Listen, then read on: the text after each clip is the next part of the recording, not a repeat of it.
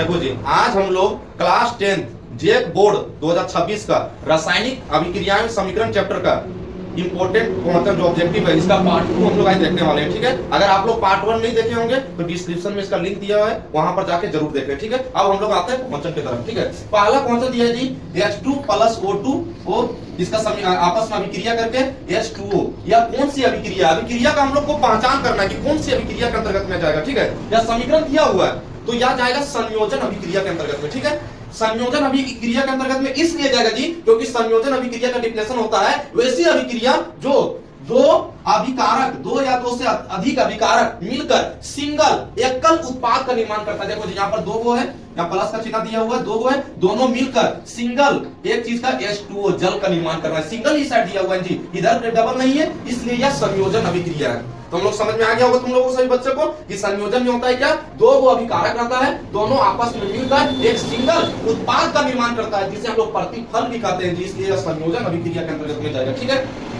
दूसरा जब समीकरण दिया हुआ है जी फेरस प्लस कॉपर सल्फेट जब आपस में अभिक्रिया करेगा जी तो FeSO4 + Cu।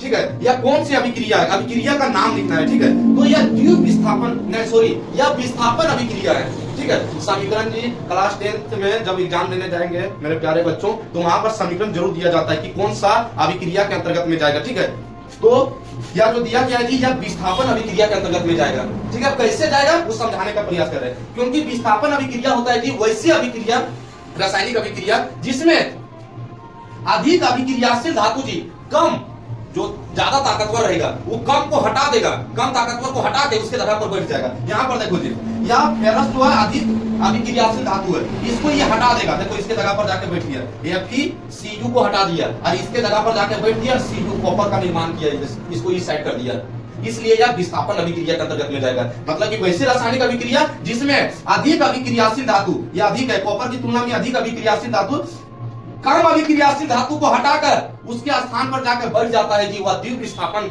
रासायनिक अभिक्रिया के अंतर्गत में जाता है। ठीक है, समझ में जरूर आ गया होगा।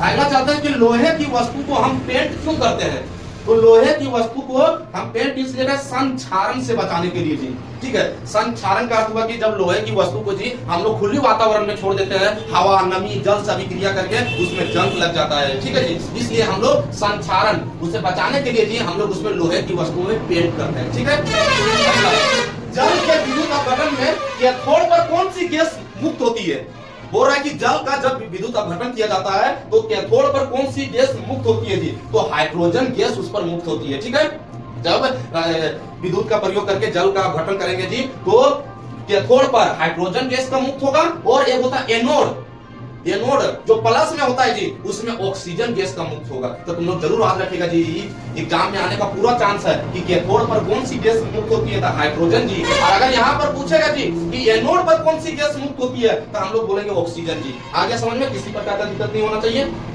अगला नंबर जी CuO + H2 जब आपस में अभिक्रिया करेगा जिसमें हीट से अभिक्रिया, हीट की उपस्थिति में, तो Cu + H2O किस पदार्थ का अपचयन हो रहा है, पूछ रहा है किस पदार्थ का अपचयन हो रहा है। ठीक है, मतलब कॉपर ऑक्साइड को जब हाइड्रोजन के साथ हीट कराएंगे जी तो कॉपर प्लस जल का निर्माण होता है, तो किस पदार्थ का अपचयन हो रहा है, तो हम लोगों को याद रखना पड़ेगा जी कि अपचयन किसे कहते हैं। तो कल के वीडियो में हम बताए थे, पिछले वीडियो में जी कि अपचयन जी उसमें क्या होता है, ऑक्सीजन की मात्रा में हरासमेंट होता है और हाइड्रोजन की मात्रा में वृद्धि होता है। तो तुम ही लोग बताओ प्यारे बच्चों, इसमें किसमें, इसमें ऑक्सीजन लगा हुआ था और ऑक्सीजन की मात्रा में देखो इसमें हरासमेंट हो रहा है, यहाँ पर ऑक्सीजन था और यहाँ पर ऑक्सीजन की मात्रा में कमी आ गया जी, इसी वही पदार्थ जी अपचयन हो रहा है। आया समझ में, तो इसका आंसर होगा कॉपर, इसका आंसर होगा जी। आया समझ में।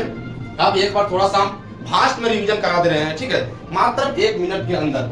देखो जी, यहाँ एक समीकरण दिया गया था, पूछ रहा था कौन सी अभिक्रिया के अंतर्गत में जाएगा, तो हम लोग बोले संयोजन अभिक्रिया के अंतर्गत में जाएगा। क्यों जाएगा, क्योंकि हम लोग जानते हैं कि संयोजन अभिक्रिया वैसी रासायनिक अभिक्रिया में दो या दो से अधिक अभिकारक आपस में अभिक्रिया करके सिंगल अकेले का निर्माण करता है, उत्पाद का निर्माण करता है कि वह संयोजन रासायनिक अभिक्रिया के अंतर्गत में जाएगा। ठीक है, अगला विस्थापन है, ये कौन सा अभिक्रिया समीकरण दिया हुआ है, कौन सा अभिक्रिया के अंतर्गत में जाएगा, तो विस्थापन। हम लोग विस्थापन इसलिए बोले थे कि बताए थे इसमें होता है कि अधिक ताकतवर वाला किसी कम को हटाकर उसके जगह पर जाके बैठ जाता है। यहाँ पर फेरस जो है जी वो अधिक ताकतवर है, वो कॉपर को क्या करके हटा दिया, देखो यहाँ पर कॉपर को हटा दिया, उसके जगह पर इसका जो वो दिया सही था, उसके जगह पर जाके बैठ गया, ठीक है। इसलिए विस्थापन अभिक्रिया के अंतर्गत में है, ठीक है, किसी प्रकार का दिक्कत नहीं। लोहे की वस्तु को हम पेंट क्यों करते हैं? लोहे की वस्तु को संचारित खराब होने से बचाने के लिए हम लोग जी उस पर पेंट कर देते हैं, ठीक है। जंग के विद्युत अपघटन में कैथोड पर कौन सी गैस मुक्त होती है? तो कैथोड पर हाइड्रोजन गैस मुक्त होती है। तो कुछ जल का सूत्र था H2O, दोहे को गैस मुक्त होगा, या तो हाइड्रोजन आएगा या तो ऑक्सीजन। तो जैसे बोलेगा कैथोड तो समझ जाना हाइड्रोजन, अगर एनोड बोलेगा जी तो हम लोग बोलेंगे ऑक्सीजन गैस मुक्त होती है, ठीक है। अगला एक समीकरण दिया गया है जी, बोरा किस पदार्थ का अपचयन हो रहा है? तो अपचयन हम लोग जानते हैं जी वैसी रासायनिक अभिक्रिया जिसमें ऑक्सीजन की मात्रा में कमी हो जाता है और हाइड्रोजन की मात्रा में वृद्धि हो जाता है जी। तो इसमें ऑक्सीजन की मात्रा में कमी हो रहा है, कॉपर, इसलिए कॉपर इसका आंसर हो जाएगा। अगर वीडियो अच्छा लगा होगा जी तो लाइक एंड शेयर जरूर कीजिए, ठीक है, और बेल आइकन को दबाना नहीं भूलिए। जय हिंद, जय भारत।